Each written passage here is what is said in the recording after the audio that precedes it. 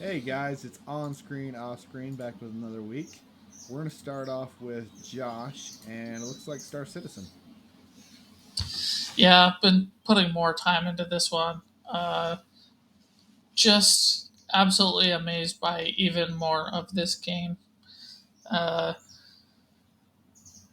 did something a little bit different. I sent you that YouTube video of the space laser fighting over that area thing.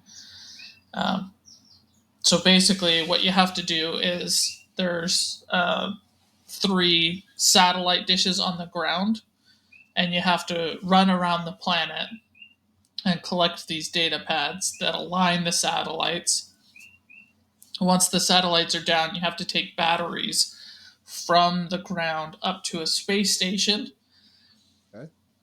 That space station can be charged up with said batteries, and as long as they're aligned, it will fire and open up this big crater in the ground where you can go mine these ultra rare gemstones, which you can sell for just like a ton of crap money. But if you build up enough of them, you can go to a special trader and turn them in for shops and stuff. Now, Cool. this is a very hard thing to do at this moment in time because there are these things called orcs or organizations, and they will group up and fight over this stuff because they want, a free Polaris, which in real world money is literally $1,000. So they want to get these minerals. It'll take a ton of time even for these organizations to do it. The video I sent you was where two organizations kind of collided at the same time, and it was a really fun time. But I jumped in and I was like, I really wish I could have been a part of that. The organization I'm a part of isn't active enough at this point in time to participate in that. Um, so I was just like, let's go check it out and just see what happens, right? So me and the Canadian guy that joined our Discord server that I reported on last time, just some random dude. But he hopped on and he was like, "Oh yeah, I totally want to do that with you. Let's do it." So we go and we land on this planet, and another group lands on the planet, and we go up to him and we're like, "Hey, peace, peace." Like we're just exploring. We don't want to fight anybody. We don't have to. Okay. And they were like, "Great." So they joined us. And so now we were a group of 5 people, and it was like, okay, here we go. And then we did our dish and we went to the next one, and we encountered another group of about 5 people. And we did the same thing. We went up to them, we're like, hey, peace, we don't want to fight anybody, we don't have to. We're not a part of any organization. We just want to see what this is at. We don't even care if we get the minerals. Like what I wanted to do was to just personally see the laser fire get to that point. That's all I wanted. And they were like, yeah, join us. So then we joined them. And now we were a group of about 10 people, all on the same Discord call. And we picked up some more stragglers here and there. By the end of it, we totaled about 23 of us, all on the same Discord server, working on this. And it went from, hey, we just want to see this laser fire, to we're going to split this evenly across all of us because we can do it now. We have enough people that we can fight and defend this thing. Maybe not very well, because somebody with like 40 people could come fly in and start kicking our trash. But like, we're not nothing anymore. We actually could have a ground crew and a miners crew and a space crew or whatever. And so we just started doing it, and we were able to complete all of it. And we were about to fire the laser when an actual organization came in and wiped out our entire space force. And we were like, we need to mine this thing so fast so that we can get out of here, because they took down a Polaris, which is the only capital ship in the game. So it's the only really, really big one with lots of firepower. So it took a big hit. But the org is probably reorganizing, and that was basically all we had. Whereas the org is going to come back with a Polaris and fighters and this, that, and the other. So I'm on the ground. I'm part of the mining crew. I'm just trying to rush through it, and get to it. And we have our ground people, and they're all losing their minds. They're like, they're coming! They're coming! They brought their dropships! They're coming! They caught past our last fighter! They're coming! And we're just mining as fast as we can. And some just like random people who were just mining came in, and they were like mining with us, but not part of the call. And we're like, do we kill these guys? Do we steal it? And we're like, no, no combat unless it's absolutely necessary. If they're just mining, let them take their crap, and we're gonna do it. And so it ended up where we had some guys with some pretty heavy guns, some rail guns and stuff, and they were fighting off ground vehicles and fighter ships coming in, and like bombers coming in overhead while we're doing this. And we mine the last thing, and we're like, okay, there's no chance of getting out of here. So I want everybody to Alt F4, and we're going to have to regroup and split everything after that. Hopefully, those of you who are actually have the minerals are going to be honest with it, right? So we just quickly announced where we were going to be respawning once we got back into the game. Went back in, split it all up. Was just awesome. Like, we got so lucky creating this like group of people, and it was absolutely insane, and it was awesome. And like, this game just does so much stuff. There's nothing like it, and a lot of people are like, oh, it's just, like we made the comparison last time, No Man's Sky.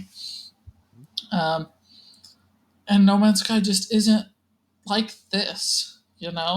It's its own thing, and No Man's Sky can be fun, but it's not like this. It sounds really cool. Whenever you talk about this game, it makes me want to play it again, even though it's crashed on me so many times. Um, but it just sounds so cool. Like that is so cool, and I've never seen a game where you can do what you're just talking about at all ever. It's like, I mean, you can probably find games where you're trying to mine while another group of people is probably trying to attack you, right? Like, Like that. not quite like that, but you can find similar things, and you can You can find find similar things, yeah. things to what I described last time, where we were collecting the data pads and doing that very specific little thing. But the fact that you can do all of those things in the same game, and then like over the past few days, I was just chilling, so I just turned on my YouTube music, and I was listening to some new music, and I went out and I mined. A couple of guys hopped on with me. We were mining together, mining some asteroids, and we made 500,000 credits in a few hours. You That's know, pretty cool. like, just super chill, no big deal. Like, you have that kind of experience, right? Like, I described Farming Sim. Like, I could have hopped on Farming Sim with these exact same two people. They both have it too, right? Same kind of chill experience, low stress game loop, but like, you can do that, and you can do the PvP and the PvPBE and this laser mining activity thing, and so much more with all of the like missions and rep you can build and all that kind of stuff. And like, this game is still in alpha, That's pretty amazing. right? They're still planning on bringing more and more and more stuff, and it's so cool to be excited and kind of a part of this development process. Is this because I mean you've done a little bit of programming, but not a ton of programming. Um, would you enjoy doing volunteer work for them and actually working on the game? No, No, you wouldn't. Okay, no. why not? Because they have their own proprietary game engine. So I would Okay, have to learn that just to do that for them for free. Not great. Uh, I don't enjoy code in just code. So like, the coding I've done is front end web development, which is lightweight and you can see the changes that you're actually making. Okay. If I wanted to do this, I would have to be a graphic designer, graphic artist, Hmm. and programmer, and you'd have to program and look at just the code and know what it does, and then physically be an artist. And I am not an artist in any sense of the word. Like I would be a detriment to helping out. I would not be helping out. I've seen some of your artwork, and it's actually pretty good. And it seems like you enjoy doing it because you do it in your free time. I don't really. I did Blender because it interested me to learn Blender, but I don't like draw in my free time like you do. I don't do that ever. I don't really do it either. I do it occasionally, and Okay. when I am doing it, I'm very plagiaristic. I never really come up with my own ideas. So you're So just like, copying stuff you yeah, saw that was cool online. yeah. So I'm by no means an artist. I'm not like AJ. I can't just draw something. If you asked me to draw a very basic thing, I could not do it. I am not an But artist in any way. don't you have a plan for like your whole sleeve that you want to do? Yeah, and I'm stealing it. Oh, the whole thing? I mean, sort of. I'm stealing the idea, right? I've never Okay. drawn it, but like I want a full like forest scene. I want it to go into the night sky. I want them to use negative art for like the stars and stuff. So basically, coloring everything but a star shape in my arm. So my skin is the star.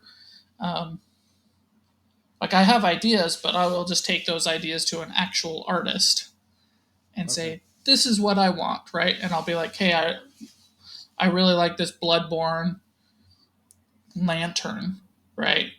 I don't Okay. want it to be a prominent thing, but if you could like hide it in the background of the forest, I think that'd be really cool, That would be really cool. right? That'd I'm be not going really to be really cool. like, here's my art, do my thing. But no. And I'm also the kind of person who wants the artist to do the work, right? Like I want to be able to say like Yeah. this is AJ's artwork. I don't want to be like AJ did my artwork. If that makes sense. Yes. You're paying for his expertise that he works on every single day. And you'd be like, this is the general idea. Do something cool with it. Yeah, make it your own, make it your style. If I like it, we'll get it, and then that'll be it. So AJ's piece and whoever else, and hopefully my arms turn into a collection of artwork from different artists and not just my ideas. And I don't want to be the kind of person who's like, no, I want it exactly how I envision it, because that just never works out, and people always end up either getting the tattoo and regretting it because it's not exactly as they wanted, or not getting the tattoo and having wasted the artist's time a little bit. I can see that. So if you were more artistic, would you think about doing game design? Or has that ever even popped up as like, I could do that. I want to do that. No, No? it's so much work. Like we talk about these games that come up and we're like, these are such buggy messes. Yeah. This is such crap. How could they release it this way? But we are not at all giving those developers and those artists any respect for the amount of work that they did put into it. And like, as amazing as computers are, ultimately they're extremely stupid and they do stupid things. And you have to fix them and you have to work with them and you have to know the tool. Yeah. And I prefer my computers to work for me, not me work on my computers in that way. Fair enough, man. Fair enough. Um, I will go on to my topic. First, like little thing, I played more Liza P. I think Liza P is a phenomenal game, and the first Brotherhood fight, I really really enjoyed. As far as a boss fight with multiple opponents, I thought it was extremely well done. Good timing, not too hard. Like it was a very balanced fight. Extremely well done. Did you just naturally manage it then? Yeah. Okay. Because a lot of people complain about that fight because they get overwhelmed. They let more than two get into the ring. Okay. Yeah, I naturally managed it. Okay. And the main guy is aggressive enough, but you can watch him from the corner of your eye. I feel like that fight has more open spaces, so you don't get the camera problem that some of the boss fights do have. It's more you have more ability to know what your surroundings are, and then the guys who are fighting with your main boss all have it, easy enough movement patterns that as long as you're watching them and the boss, you can handle everything. But handling everything still requires you to push yourself. It was a really good boss fight. I really liked it a lot. Okay, I disagree with that a little, but Really? Okay. yeah, Why? like I liked the boss fight. I liked that it was an open space, but I don't think that their movement sets were telegraphed well enough. But I Really? do think it was balanced out because it was really easy to get backstabs. It So was like easy to while get you got backstabs. cheated a few times, you can just go do a crap ton of damage when you're immortal because nothing else can hit you while you're doing that. So Yeah. uh, in that way, I felt like it was balanced out. But like uh, the girl was really well telegraphed, and I thought was a really fair, fun fight. Hmm. The guy, the littler guy with the swords, was not well telegraphed, but he was enough of a wimp you could kind of overpower him. The Hmm. spear guy had so much range and was not telegraphed that I really struggled with his part. The one that I struggled with the most was the third guy, the red coat with the swords. The With the spear guy was spear. real. The spear guy wasn't that big a deal to me at all. That was the Okay. second guy that came through. The spear guy was like not a big deal. Okay. The third one was the hardest one for me, and the time where I won, I killed the first two, and the third one had popped in towards the end of fighting the big main boss, and I killed off the big main boss and just didn't mess with that third guy. Just killed him off. It was fun. Okay. Um, and then the clown fight was really good. I really liked it. A lot of people complain about that fight. I thought it was great. It was a lot of fun. I Um, hate that fight. It's not fun at all. You're talking about oh, the I had big so much fat fun with it. clown that Yeah, throws his punch out. yeah. Oh, no, not I fun. liked that fight. Like even after they patched it, you've played it while it was patched. Hmm. Before they patched it, it was worse, but it's still not fun. Oh, I did have fun with that fight. I had a No, lot of fun with it that was fight. so stupid. I thought it Like, was pretty what well weapon are you using telegraphed. in this playthrough? I'm using the bone saw with the dragon dancer handle. Okay. Yeah, I met. That's another thing I really like about the game. Like Bloodborne, you have the two different weapon modes, whatever you want to call it. In this one, you have the ability to construct your weapons, and I've just had so much fun messing around with putting different weapons together. And so far, this is by far my favorite one. Okay. I haven't gotten to the two dragon sword, which seems like everyone says is the most powerful weapon in the game, It is but if you can use it. I like this one because of the parrying mechanic, right? Yeah. So basically, you just have to get even better with your timing, and you have to adjust it because you're no longer pressing the parry button at the time that they're moving to attack. You have to press the parry button Before. way before it. Way before it. Before it's even telegraphed almost. Is that the one that you were using? Yeah. Okay. When I got it, I switched from an arcane build to a skill build Dexterity because build. I wanted to use it. Cool. It was I'm before I knew excited what for it was. I just thought it looked cool. cool. I'm excited for when I get there. I've messed with some different weapons. I like this is my favorite one, but I also like the umbrella. I can't remember what it's called, Okay. but it's really good. That's interesting. Yeah.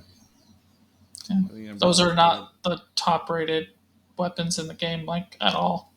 I know. But I good for know. you. Yeah. I've messed around a lot. The puppet ripper one that the king's second phase uses is usually rated pretty high, and Yeah. I like it. I don't love it. I did use it. I looked at it and I was like, oh man, this would be cool for a second playthrough. But it Okay. wasn't cool enough that I totally wanted to rebuild around. That one. So Are you going to play it again? Yeah, Cool. I don't know when. Probably before the DLC comes out. Sweet. Like I love this game. This is a top 10 game for me. It's really, really, It really is good. so good. The So far my complaints are the camera. The camera is by far the biggest complaint, and I think the weight is a little bit iffy. I think it's a little bit off, to be honest. Like What do you mean the some of weight? your some of your rings weigh as much as your sword, and I think that's just kind of dumb. So I think they should have adjusted the weight of the different things that you wear and increase your weight capacity, or increase the amount that that stat increases how much weight you can wear, whatever it's called. What is the stat called? Capacity. Capacity. Or have capacity be a little bit more effective, because there's like a lightweight version that you can run, but unless the only way to run lightweight is to basically just be naked, and I don't think that you should have to go that extreme to be able to get to that category. Um, yeah, that's just me. That's a small complaint. Okay. Other than that, I've had a ton of fun, and this has been for me, like as far as games that I've really pushed for and fought for, by far the hardest of these games that I've played, by far. Okay. I don't agree with that at all. Uh, there's so like with Bloodborne, there were multiple bosses where I just beat them and won, like quite a few, and this one, pretty much every boss has been a struggle for me. Okay. I had quite a few bosses in this one that I beat in one. Okay. Uh, in Bloodborne, I think at its best, like easiest, you still had to die once or twice just to get it down. But that's when you were skilled enough at it that you could just, okay, this is what I need to do, and then you have the skill to do it. Uh, but like Sekiro, you hated because of how difficult it was. Sekiro, I want to retry after I beat Lies of P and see if my opinion is still the same. Because for me, it felt like it wasn't fair. Like I was frustrated because it felt cheap, which I've never felt in Lies of P ever. I felt like this is hard. I'm struggling. I'm having to push really hard to beat this, but it didn't feel like I was getting just ripped off and it being cheap. Sekiro felt cheap, and I just quit because I didn't enjoy the game. Okay. I don't think Sekiro is cheap at all. Yeah, that's Just for what I it's worth, I that's am my opinion. I'm probably wrong. I'll admit I'm probably wrong, but that's just how it felt, especially with the boss that's up in that tower. Yep. Like I would move to the side and he would just like turn all the way around and hit literally no matter where I was, no matter what I was doing. There was no kind of dodging. There was no nothing, and I was like, this It's called feels jumping. garbagey. It That's didn't matter You're what supposed I to did. jump and counter attack there. But that's my point. I actually think Sekiro is the easiest FromSoft game, That's what you told me, which is crazy. but that's because once you get it, it's super easy to do. And Yeah. there's only one way to do it. But like you said, this was the hardest, and Yes. like from my perspective, like Sekiro was so hard for you, it felt unfair. And that's possible. It's possible that that's what it was for real. I don't know. Okay. Um, because even I don't feel like the first boss, the horse guy, was just cheap in Sekiro. It didn't feel that way to me, but I also just didn't have fun with it, and I kind of ended up just kiting the boss around and doing little pot shots hits because that was the only way that I could win, and it just wasn't fun. I Where agree Lies with of that. P is fun and also challenging. I agree with that. But again, the verbiage you chose was hardest. Yeah, and I that's what I don't know is I don't know if it's hardest with being fair, which Sekiro didn't feel fair to me, but that also could be a bias from me, and I could be wrong. I don't. Yeah, I'm fair. yeah. I'm open to that thought. I think it's fair. I just think you didn't get it right. And Yeah. I Also. totally agree that that horse fight was not fun. I didn't have fun with it either. Um, like we could talk about the quality of the game. Like Liza P or Sekiro, which one's better? Liza P by far. Which one has the more interesting story? Like Sekiro was FromSoft's first attempt at like doing a cinematic story, and Liza P is this company's basically first game ever, and Liza P blows it out of the water. Which one looks better? I think Liza P looks better. Which one has, a cooler aesthetic feel, right? That would be very opinionated. Somebody might prefer Sekiro, somebody might prefer Liza P, like either, right? But Yeah. when you're talking about like hardest, right? You also have to factor in like or at least I have to factor in that this is my sixth, seventh FromSoft game Yeah. because I had the Bloodborne, Dark Souls 3, Elden Ring, Sekiro, Lies of P, right? And I'm excluding like Jedi Survivor because that one's not difficult. And other like Souls likes like uh, Cuphead because that's not just like the same kind of game. Um, Cuphead was hard. Cuphead is hard. Cuphead, right? But I think that's kind of the same. Where like some of those bosses pretty easy, Yeah.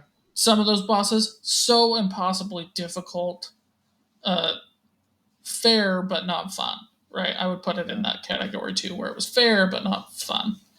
Um, I personally don't think that this one is, or if we go back to the original conversation of hardest and fair, I think Bloodborne is the hardest and fair because there's a number of times in Lies of P that is not fair. Okay. Specifically, like even if you take away the camera stuff, because like to me that actually makes sense. I can excuse that. What I can't excuse is the telegraphing, specifically on those harder bosses for me. You haven't even gotten to the two last ones. Like those are just so impossible for me, and it was all because they telegraph like crap, and that's not fair. Yeah. I want to get to that point because so far I haven't really had any telegraphing problems. It's all been camera angle stuff. All been camera angle stuff. I think Romeo has some telegraphing problems. I Oh, okay. think I have no uh, problem with him. I 100% do. Like he's very fast, so it doesn't Yeah. really matter that it's not telegraphed well. Uh, but when you're using a bigger weapon where you have to kind of finagle your attacks into a window, you start to notice it. Uh, I struggled a little bit with the woman in white because Hmm. she doesn't telegraph well either. Specifically, her you can't tell whether or not she's going to do one attack or two attack or 10 attacks. I didn't have. I didn't have any problem with her, like really at all. She seemed very easy to telegraph to me. The one place where I can kind of give you is when she does her red wind up attack, where she's going to stab you. You don't know when that one's going to happen. You don't know when That it's going to that one's happen, kind of and she's tricky. going to follow it up by one attack or two attack or three attacks or 10 attacks. But Like her when I was movement when fighting she her, goes to stab is basically the same every time. sort of. But again, you can't plan your opening. You just have to block, block, block, block, block, block, block, block. Okay, am Block, I gonna block. get to attack yet? Block, block, block. Okay, I'm gonna go for it. Stabbed in my face, and now half my health is gone. And then she's gonna just stand around for 10 minutes, and I'm too paranoid to go in and attack. Like she's by far not like the worst offender of this at all. It's usually always the like medium to large things. The very large ones, very easy to telegraph. I think like the giant robot things, super easy to telegraph, no problem. Uh, the really small ones, like the people. they're usually just fast, right? And so you just kind of have Yeah. to block until you wait or until you get the perfect to where they're stunned, right? Not a really big deal. But when you get to that like larger person one where they can still fit in the screen mostly, um, that's when their telegraphing problems are the worst. Okay. Okay. I haven't played. I'm at the champion Victor guy. I've only played him once, so like I haven't learned the patterns yet. It feels like he's telegraphed, and I'm gonna learn how to do the telegraph, but he's also very fast. So I just have to react really quick to whatever the telegraph is. But I don't know. I've only played him one time. I'll take your. I don't know which boss you're talking about off the top of my head, but The big guy who you go in and he immediately charges you. that doesn't help me at this point. It's been too Like long. Coliseum area. Okay. Okay. But Anyway. okay, yeah. Um. Anyway, that wasn't even my topic. Topic was Gone Girls. It should be a pretty short one, but it's a 3 episode docu series type of a thing. That goes about a serial killer in New York City. They're going on Long Island and they dredge up 4 women's bodies, and they connect all of these women to being hookers, and every single one of them goes on this date, and they're never heard from again. And the date says, "Don't bring your phone, just meet me at this place," and then they're gone. They're dead. These women have been gone for 5 to 8 years, and their families have wondered where they are, but they're criminal. They're doing some criminal activity. They're kind of in a shady part of the city, and people just don't really care. So you get these 4 women. They get dredged up. They start to do an investigation, and the investigation, for some reason, a lot of the evidence just doesn't get followed up. Well, the police commissioner and the DA at that time both have pretty shady pasts. When they were working together in a different district, they had a 95% confession rate for their crimes. I looked it up, and typically, like, the best that you're going to get is in the 30s. That's the best that you're going to get. Even the Catholic Church, where you don't have any negative ramifications for confessing, is about 50%. They were getting 95%. Something was obviously wrong. So time goes on, and there's these clues that are getting brought up, and there's people that are saying, you know what, these women are missing, and these women are missing, and these women are missing, and nobody listens to them. There is a guy that lives on Long Island, and he says, you know, my friend, she's missing too. And she was going on a date with a guy, and he's this giant dude, 6'7", 6'8", really big guy, and he's driving a green Avalanche, a dark green Avalanche. There aren't really a ton of those, especially in like New York City area. There's not a lot.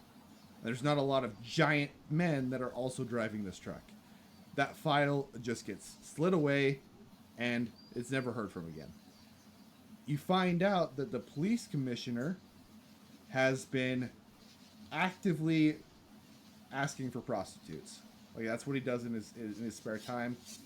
Criminal behavior. He gets investigated, gets indicted, goes to jail. The district attorney, who has helped him along and given him job after job after job after job, you find out he is criminal, gets locked up, goes to jail. That resets the whole of the police department. Because it resets the whole of the police department, they get a new commissioner in, and the new commissioner doesn't look through the old files. They try to get new evidence. So you're sitting here, and there's this file that says giant guy, green Avalanche. Nobody touches it. Years pass by. There's another commissioner. There's another commissioner. And finally, you get a commissioner that says, let's go through all the old files and let's digitize all of them so that you can search them, so that we can actually wade through all this information. And somebody finally comes across this file.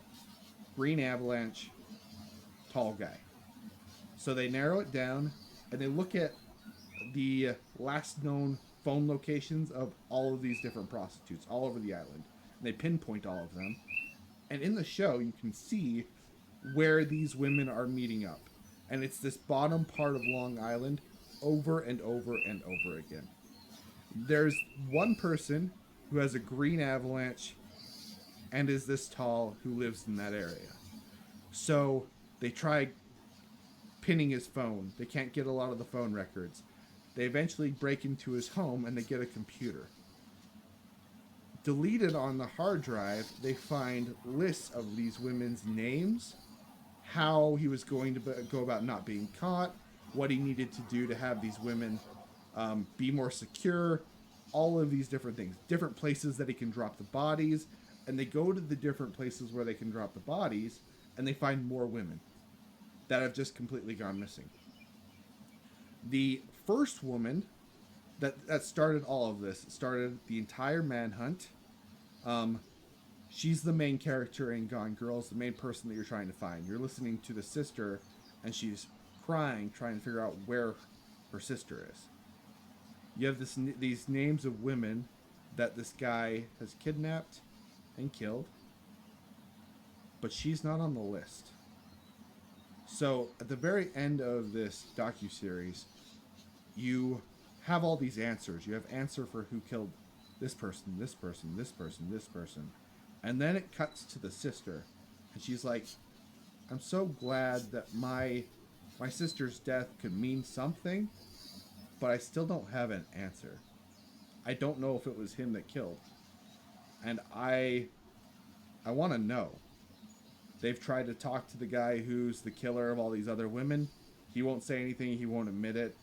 So this family is left with this both peace because her sister's death meant something, an absolute nightmare because they still don't have an answer. Um,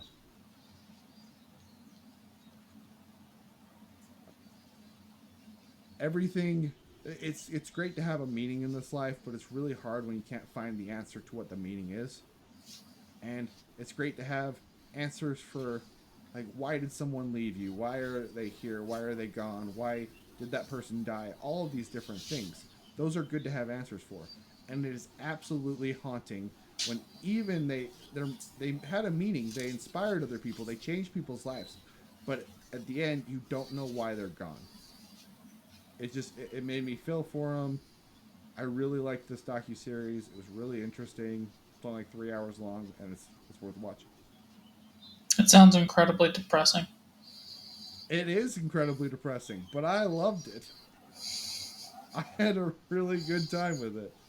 I'm gonna watch more of these, like, murderers and how they catch them kind of thing, because I like it. Okay. You still Yeah, need to watch All Quiet on Set. I know I do.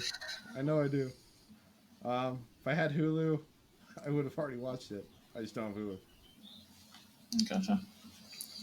But with that, let's go to your next topic, Primal Hunter Book 6. You finally read it?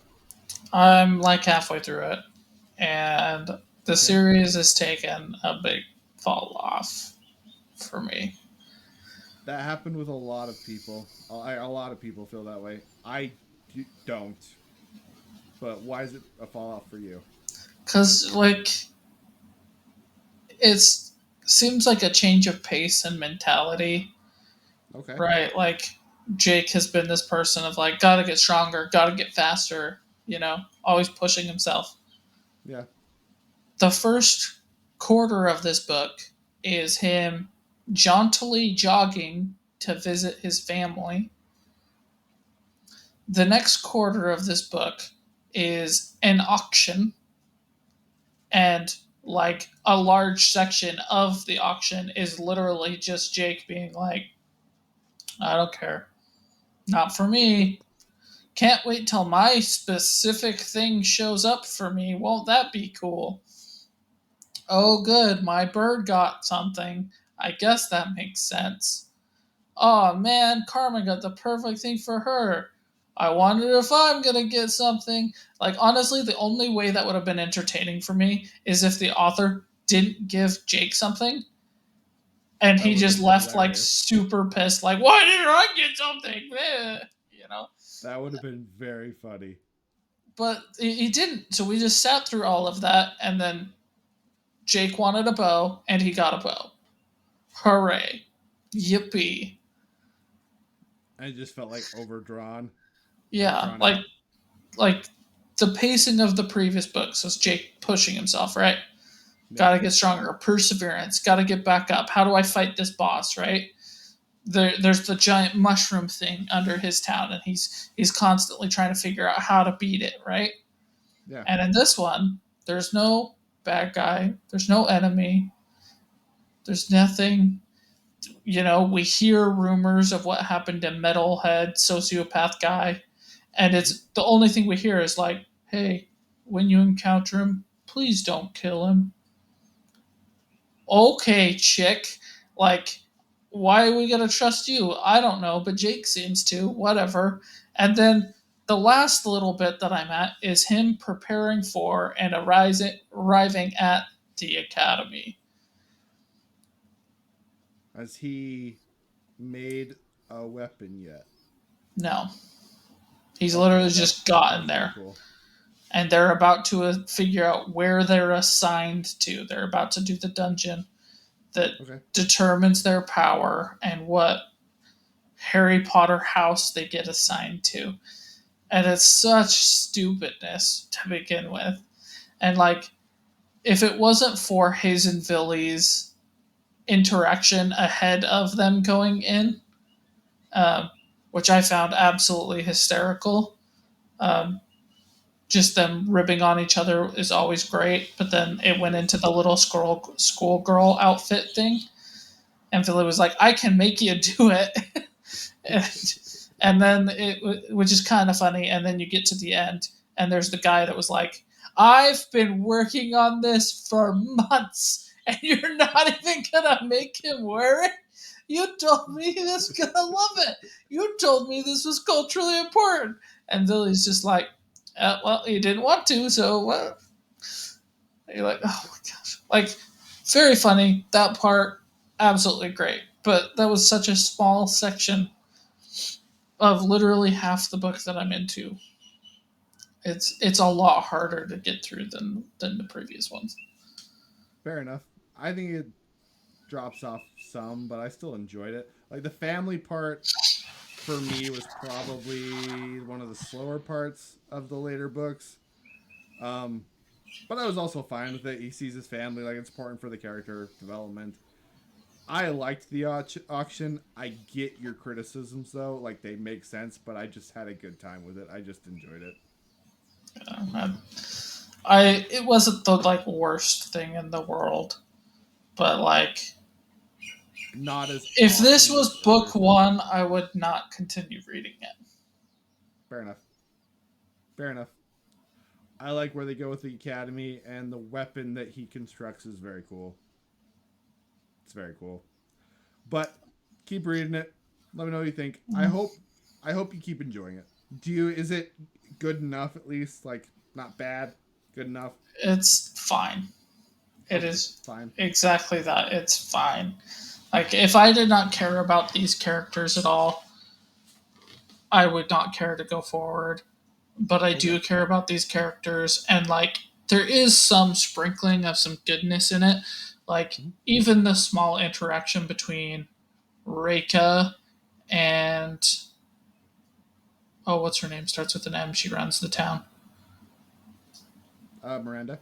Miranda, right? Where they just interact with each other and they both like accuse each other of sleeping with Jake, and neither of them are. And then they're like, "Oh, haha," and they like laugh it off together. Like that was an enjoyable part. It was like Yeah. half a page, but like that part was really good. That felt like character development. It felt like growth. It felt worthwhile. Whereas a quarter of this book being about an auction where the character is just sitting there going, "That's not for me. I don't care," is like, okay, this could have been a page. instead You of being a know, quarter of the book. it did not need to be this extensive and in detail about nothing. So, yeah. Fair enough. Fair enough. Again, I think the biggest part though is that it just feels like a different mind headspace that the character's in, and it's all of a sudden because Jake doesn't seem to be pushing anymore, and there doesn't seem to be a reason for him to be becoming complacent either. I I'm conflicted on that, to be honest, because I can see where your point is. Because him going to see his parents wasn't in character with that really at all. But it's also important to like go see his family. There's important aspects to that, and the auction he kind of just has to be at anyway. And in all reality, the auction takes what, like 8 hours of real time, maybe, Yeah, but 8 hours of real time is still 2.5 hours in book time, of book time, and that's listening to it at like 2x speed. and it just makes it feel long. Yeah, Fair enough. Fair enough. right.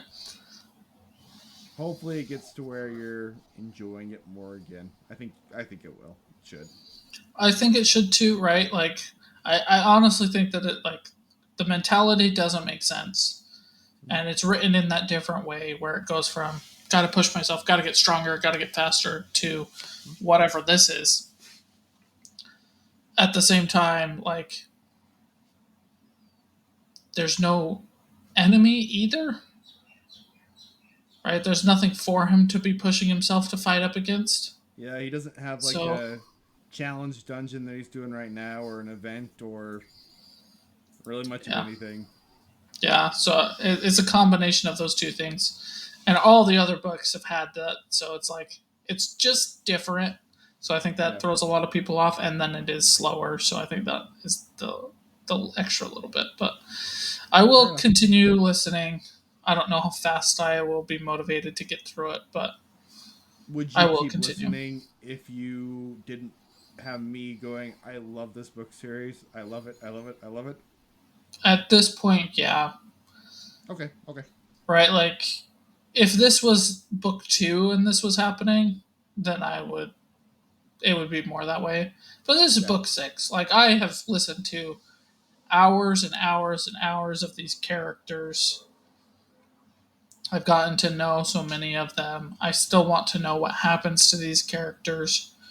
So, this is a lull. It's not great. I understand that. But hopefully things pick up and I get to figure out the answers to all my questions and stuff. It'll keep growing and it'll keep going. It'll be good. I'm excited. I'm still very curious about where it's going to go moving forward. All right, guys. With that, let's go to our shared topic. I'll give my brief thoughts first, and then I'll go to you. The Well. Um, I had heard this was a incredible movie. I was very interested in it because there's nothing else I've really seen quite like it.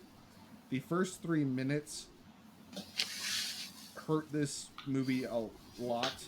Um, he's teaching a class, and the class gets over, and he's this giant, like very morbidly obese man, and he's gay, and there's some like doesn't doesn't show a lot, but there's some gay porn that pops up on his laptop, and he's obviously jerking off, and like I just didn't need to see that. It wasn't good. And then I was thinking, okay, they're explaining that he's gay, like that's important to the character and to the story, but 2 3 minutes later, you have his Asian best friend who's taking care of him, who's a nurse, who says when she's talking to the missionary, it killed his boyfriend. Oh, he's gay, and there's some religious conflict that caused the boyfriend to go through something traumatic. Okay, I get that. You didn't need to show that he was gay in any other way, and it was a negative thing to do. It was not good. It was not worth showing. It was bad. After that point, I think it's a pretty good movie with some very, very good acting. Um, Seeing him struggle but not really love himself, and it was just heartbreaking. Him just trying to walk around, or like having that ring that he pulls on so that he can turn off the light when he goes to bed, barely being able to get out of bed.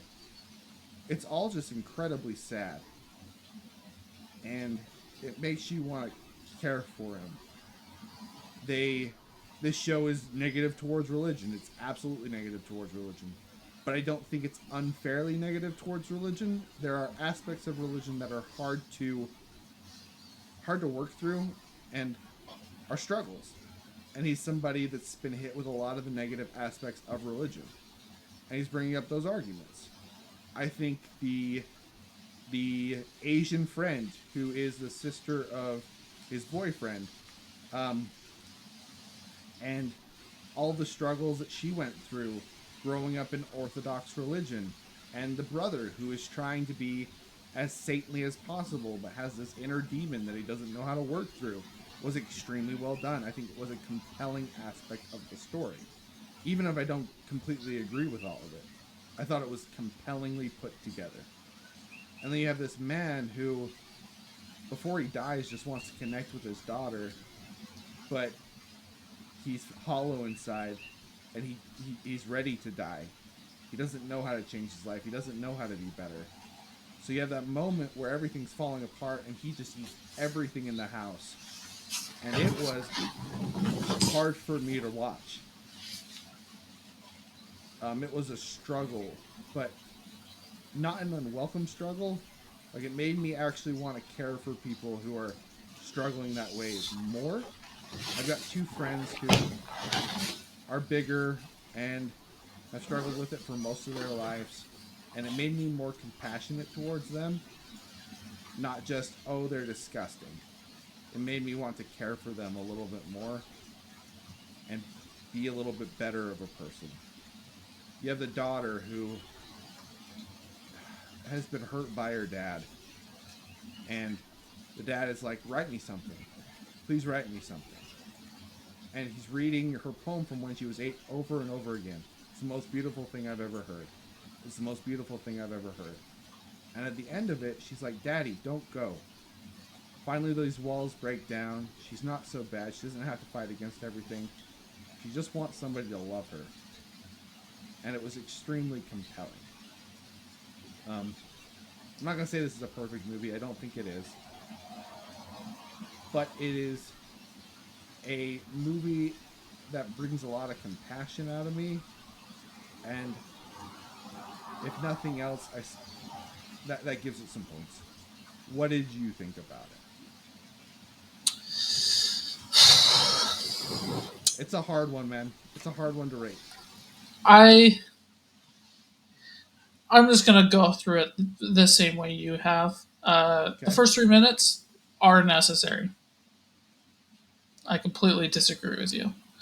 You think they're Uh, necessary? yeah, I'm kind of torn because I don't think that like the screen should have been shown.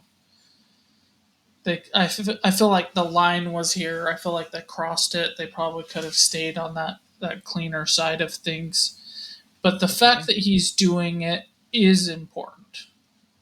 I agree, but I feel like there's other ways to convey that. Maybe it is just not Not shown on that the way. screen.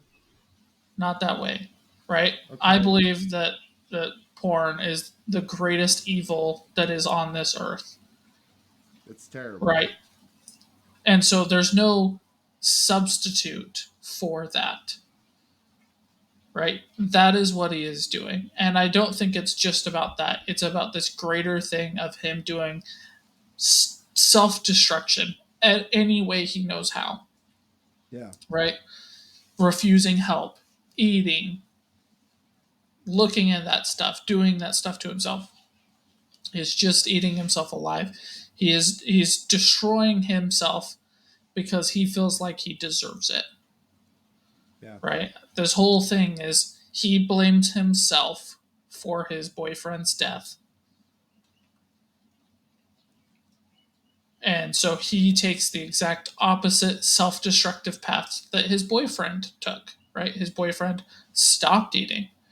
His boyfriend became anorexic and, you know, hyper religious. Whereas our main character becomes anti-religious and overeats. It's a great Yeah. dichotomy between the two characters, the one that we never see. Um, so, like, I am torn with those first 3 minutes. I don't want to see that. I wish I did not see that because that's But it is important it's for the not character. great. But I do think it's important for the character in that scenario. And like to me, that was slightly just over the line. If it were me, I would have cut to him just shutting the laptop, so that way we're implying that, but we don't actually have to show it. And I think Yeah, from there it would have been fine. you could have even had the religious guy walk in, and he's like, he slams the laptop really quick. Yeah. And we would That know would what that was would have worked. going on and all that kind of stuff. But, it is what it is. It's super hard. I feel like there's a lot of layers to this movie that I Yes. can't piece out. There's obviously the very obvious collaboration or comparison to the book Moby Dick throughout the entire thing, and about obsession and self destruction. I Yeah. feel like if I had read the book, I probably would have gotten way more out of this movie, right? And I can't, I can see at that. this point, identify why that is. Like, I was here, I had this level of understanding, I felt a ton of emotions. Um, it hit me hard at the very end when the daughter started reading the Me too. essay, and you found out that she is the original author of the essay. Me Um, too. you felt like the it made you just feel things in such a powerful way. Uh, like when you found out that what she wrote was a haiku, and he gets so happy that she wrote a Yeah. poem, and it wasn't just rambling crap stuff, right? Um, Rambling teenage angst. yeah, there's so like many pieces to take from this, right? And there's so much left in the air at the same time. Like, did the daughter really care? Um, did she really help the missionary, or was she trying to hurt him? We don't really know. Um, did she actually turn around at the end? Did he actually stand up and walk to her at the end? We don't really know. Um, there's a lot of that kind of stuff where we kind of just have to choose for ourselves on who we think these people actually are, and like that's very cool from a show like this. I feel like they give you just enough that you can feel confident to make that decision, but not outright say it. A lot of these shows will leave it up in the air, and that kind of pisses me off. But this one, you feel like you actually know a lot of these characters. Um, is the show about hope or hopelessness? We don't really know because we have the Asian girl saying, I don't think anybody really can help another, right? That is absolutely a goodbye message of hopelessness. And then we have immediately after that the scene between the daughter and the guy, and that's absolutely a scene of hope, right? Especially if you do believe she actually turned around and read the essay, right? That is such hope. She is helping him selflessly pass peacefully for somebody she absolutely hates, she absolutely despises, somebody she doesn't owe anything to. You know, it's it's really hard to get what this really means, but like for me personally, it made me feel a lot. Me too. And the daughter who hates her dad, but it's still her dad. And there's a connection to parents even when they hurt you, even when they scar you, but it's still just there, and she's dealing with that connection in a very tragic, very heartfelt kind of way. Like it was It was deep. It was a lot. Yeah. Um, the only thing I didn't like about the show, because I felt like the religious criticism really was pretty fair, except for at the very end, like the last conversation where the kid is trying to convince him to come to God again, and he says, "You think my boyfriend committed suicide because basically because he was gay, and God didn't love him anymore." And like, I don't know a single missionary. I don't care what religion you're from. I don't whatever Christian religion it is. I don't know anyone who would actually say yes to that. It would say no. He was struggling with some other things. Obviously, God loves you. God knows that you're going through these struggles. He wants to help you. He wants to lift you up. That's the kind of stuff that most religious people would say. They wouldn't say, yes, he turned his back from God and that's why he committed suicide. And that was the one major thing that I just didn't enjoy about this movie. Other than that, very very well done in my opinion. I'll disagree with you on that one too, Okay, why? because that is what a lot of religious people say. I've never actually met somebody who's done that though, ever. I And I'm don't in think a it's ever very blatantly that way. I don't think what's the it's ever difference? blatantly that way, right? Okay. But look at the LDS religion, right? Yes. Right? They'll say things like, "Oh yeah, God will love you for who you are," right? We're going to Yeah. take this. God loves you, you're gay, that's just the way it is, right? Yeah.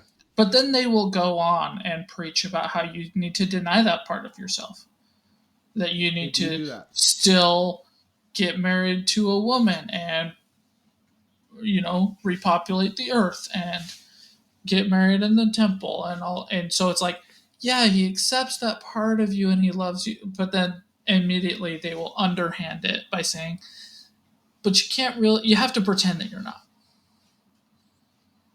right?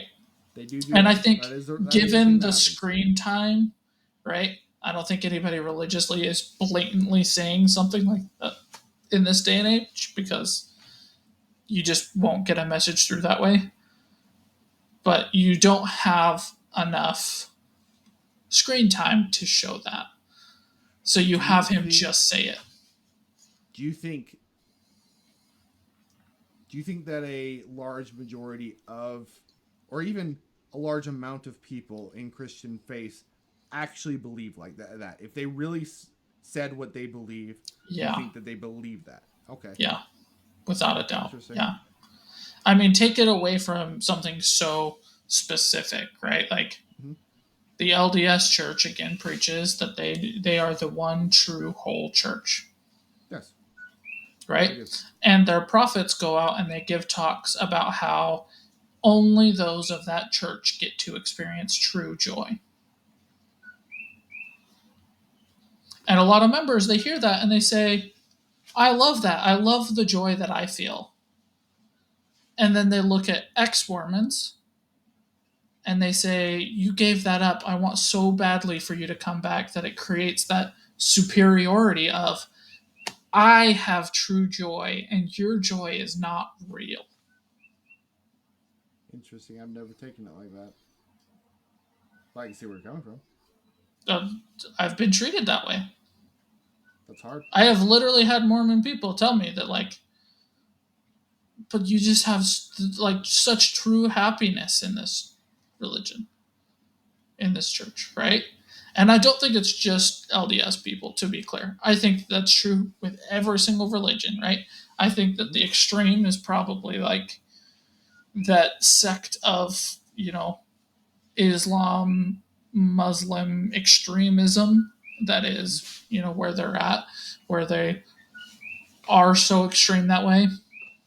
Not all Muslims are that way, but like that little terroristic cult section of it is like the extreme, but like it's the same thing, right?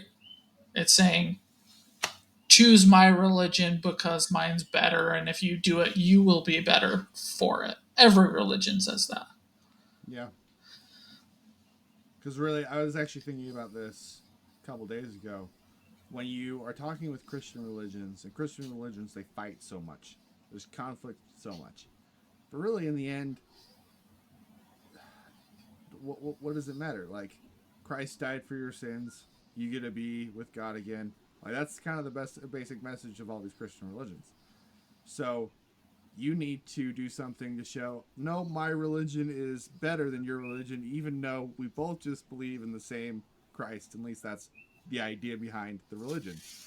And it's a hard thing to say, no, you should go to my Orthodox Christianity, my Buddhist, my Baptist religion, my Protestant religion, my Pentecostal religion, my LDS religion, whatever it is.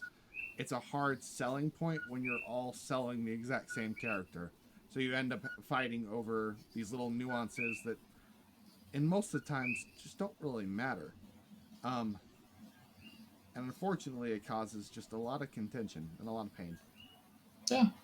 And like from going back to the whale, right? From our Yeah, main character's point of view, right? His boyfriend was having that inner fight of quote unquote living in sin versus yeah, living in the religion. And he had the scripture talking about worldliness that basically says he's a worthless piece of crap because he's choosing worldliness, right? And that yeah. very heavily leans to his mentality and his choice to commit suicide. Which would be hard. Yeah. It's a hard thing. Yeah. Right. And then you go to the whale, and he's beating himself up for not being enough. Yeah, Right. You have that heartbreaking scene where he's just talking about how like I wanted to be enough. it's so sad. It's so sad. And like, I don't know. It's a hard show to watch. It's a hard show to watch. Yeah. You're watching someone just break. And I wrote this down in my notes, but without Frasier, I don't think this movie works because there's always some hype for prestigious movies like this, and most of the time I don't think the hype is worth it. I think he did a phenomenal job, like a ridiculously good job in this movie.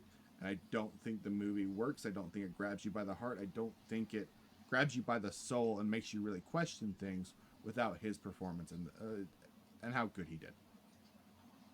I think that's true for any of the characters. You, I think he in particular is amazing. Like Yeah, I agree. that final But scene that's where he's all true. dying is insane.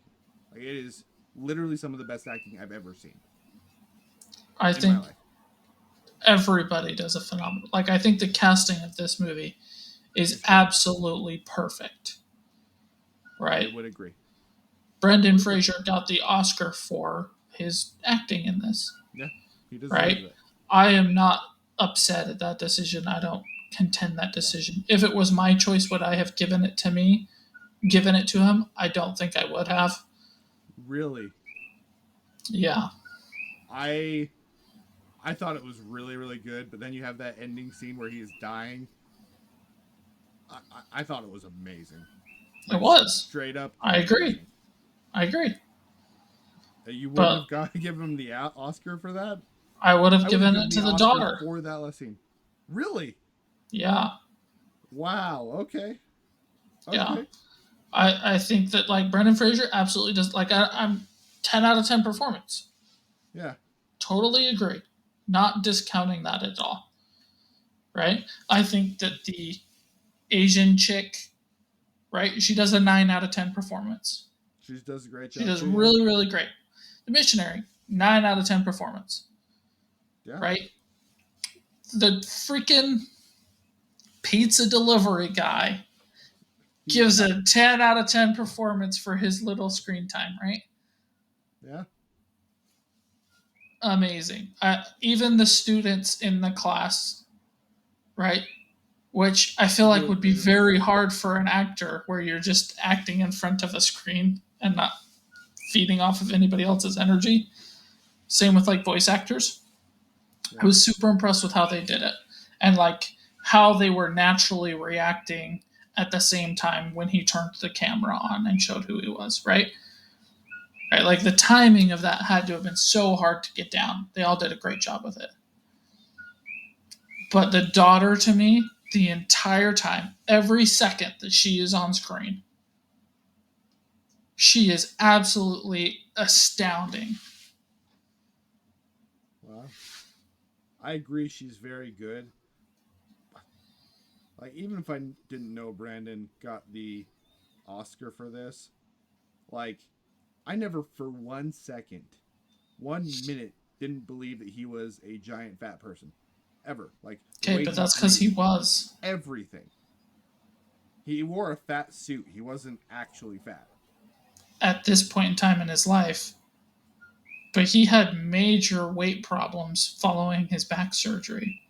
I know, but not this major. Like, I No, believe that he but was a like, 600 pound live person yeah, but completely. like 6 and 400 pounds aren't that different at the end of Was the he day. was he all the way up to like 400 pounds? Was he I that don't big? know what he actually was, but he Okay, was a big dude, right? I thought he got pretty And like, husky, but not like that big. Anyway, no, go ahead. like you believed it because he has that kind of thing to pull on, right? Right on. He knows what like the fat guy thing feels like, Yeah. right? He can exaggerate it, and he's an actor, and he's a phenomenal actor. And I'm glad that he's making his comeback. I'm glad that he got his Oscar. I'm absolutely Me like, too. I am not saying he doesn't deserve that Oscar at all. I'm just saying if it was my choice, I would have given the slight edge to the daughter because Right. at the very end of the day, right, Brendan Fraser is acting in a chair, Yeah. right? And the way that the daughter moves and the way she acts and she uses her whole body and she's moving around and she's doing all of these things. And it's I just, very hard to come off as that like angsty teenager and have it be very realistic. That you don't see that very often. Most of the time, it comes off a little cartoonish, and for her, it it was comes off a little one hundred cartoonish, percent believable. but she does it so well that when her mom calls her evil, we as an audience contemplate it, Yes, yes, you're right. right? That's pretty I amazing. think that's what puts it over the edge for her because, like, angsty, teen hates her dad. Seen it 1,000 times. A million See times, it yeah. all over the place. Have it be that believable is But have it be that extremely believable. rare. Contemplate, is she evil? And also just feel so heartbroken for her because her mom is this alcoholic, you know, money hoarding person. Her dad abandoned her when she's 8. So you totally get where she's coming from with all of these things, and she absolutely kills it. And the writing is good enough that you actually question: was she helping the missionary or was she just evil? Yeah. Was she messing with the missionary or was she helping the missionary? Did she Was actually it was turn it around at the accidentally end? helping them? Yeah.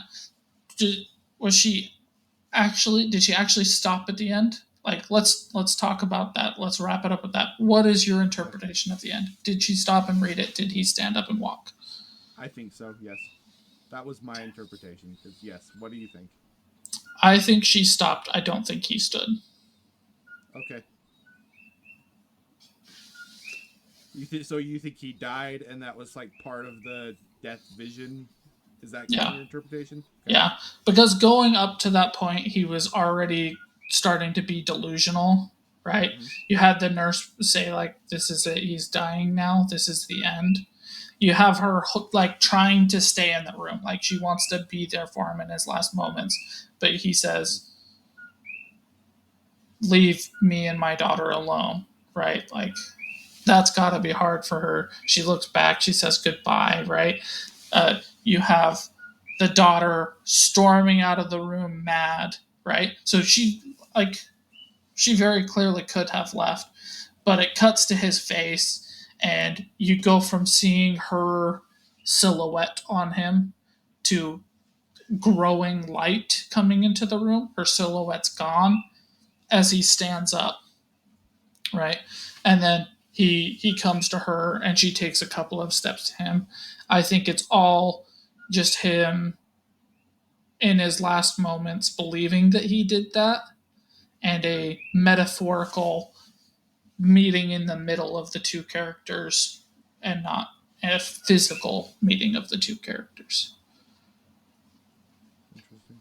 So, with that, what do you give this movie? What do you rate it?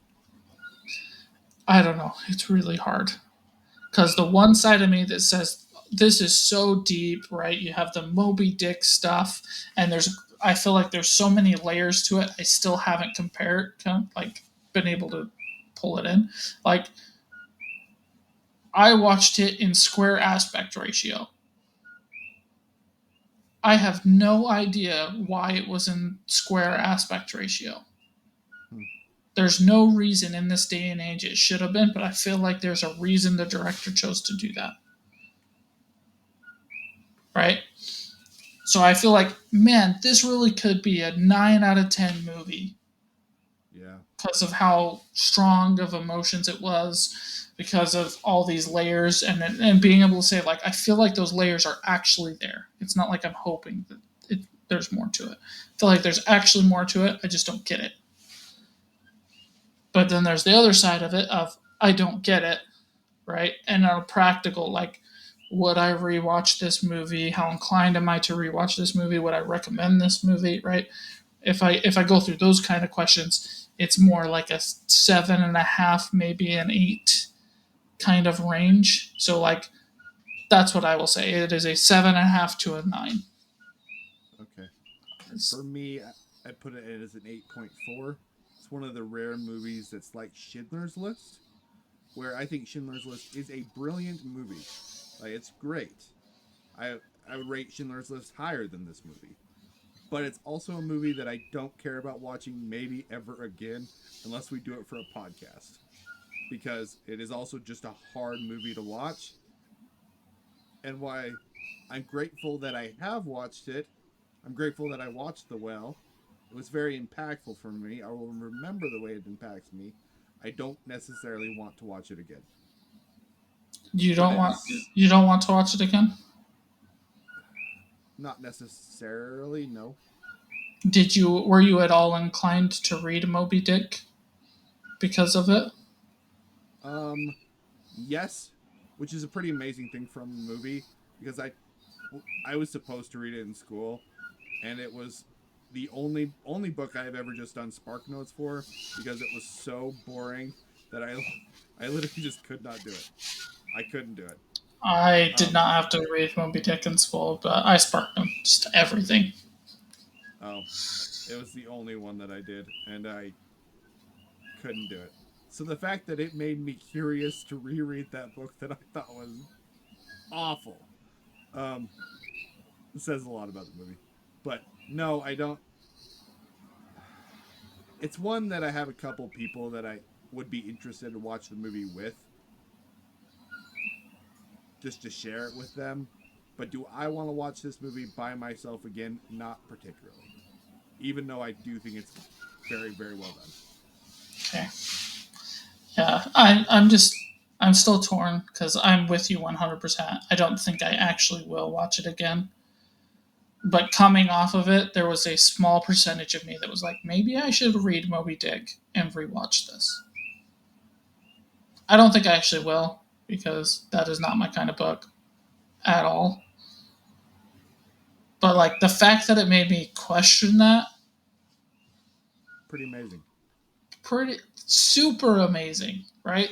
Yeah, If a movie can do that, it should be a 9 or a 10, right? that's For fair. me, because That's fair. you know, but yeah, I'm gonna stick to my probably about a 7.5, but like would not be mad rating it a 9 either because yeah, there's so many unknowns to it for me. Fair enough. All right, guys, that is our episode. The Well is a hard movie to watch, but it is one that I would recommend giving a try, especially if you're at a point where you really want something that you can ponder and really. I would recommend it if it's something you want to ponder and really reflect on. You want something that can really dig in and help you examine who you are, your soul, like thoughts, different things like that. This podcast was about movies like The Well, things that leave an impact on us, and it's an impactful movie. We appreciate you guys watching. I am going to watch the Electric State that was recommended by one of our comments. It will be on our next podcast. If you have any other recommendations for us, we'd love to watch them, talk about them. We appreciate you guys. See ya.